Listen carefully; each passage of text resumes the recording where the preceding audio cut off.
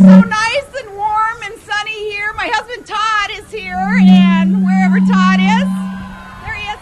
Todd, you can come on.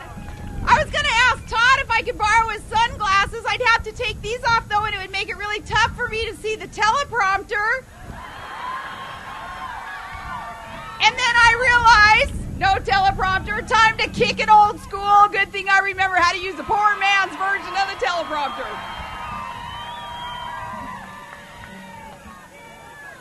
It is so good to be here for the showdown in Searchlight. So proud to be with all of you who are so proud to be Americans. God bless you. Hey, there's no better place to kick off the Tea Party Express than Harry Reid's hometown. Do you put it in here? Harry Reid's hometown. We're glad that we are here. So, let's get going. You know, in the coming days and months, Harry's going to come home and he's going to explain what he's been up to in Washington. And Harry's going to hold campaign rallies and town halls, and he's going to try to explain away the big government takeover of health care and student loans, and try to explain the bailouts for banks and insurance companies and automakers.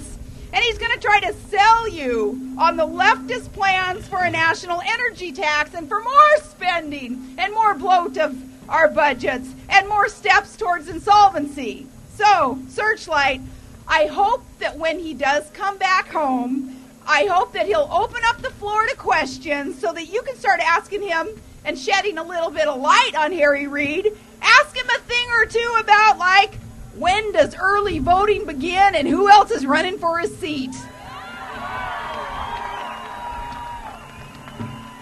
Because it's out here in our cities and in our small towns of this great nation where we know we've got some big problems to solve.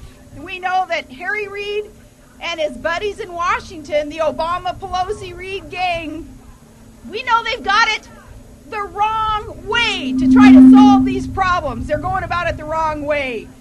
It's like common sense conservatives in D.C., it's becoming an endangered species to find the common sense. Now, it's like that old bumper sticker that says, "Government, if you think our problems are bad, wait till you see our solutions." Or that bumper sticker that maybe you'll see on the next Subaru driving by, an Obama bumper sticker. You should stop the driver and say, "So how is that hopey changey thing working out for you?" And no, I shouldn't be disrespectful. I don't have anything against Subarus. I don't. Now, the Obamacare vote last weekend, it certainly proved that they're on the wrong track. It's easy to understand why so many of us, so many Americans were shaking our heads and saying, what is going on in our country? What's going on in D.C.? Washington has broken faith with the people that they are to be serving. That's why here in Searchlight and across the country, we're sending a message to Washington. It's loud and it's clear. And in these upcoming elections, we're saying that the big government, big debt, Obama, Pelosi, Reid spending spree is over. You're fired. You're fired.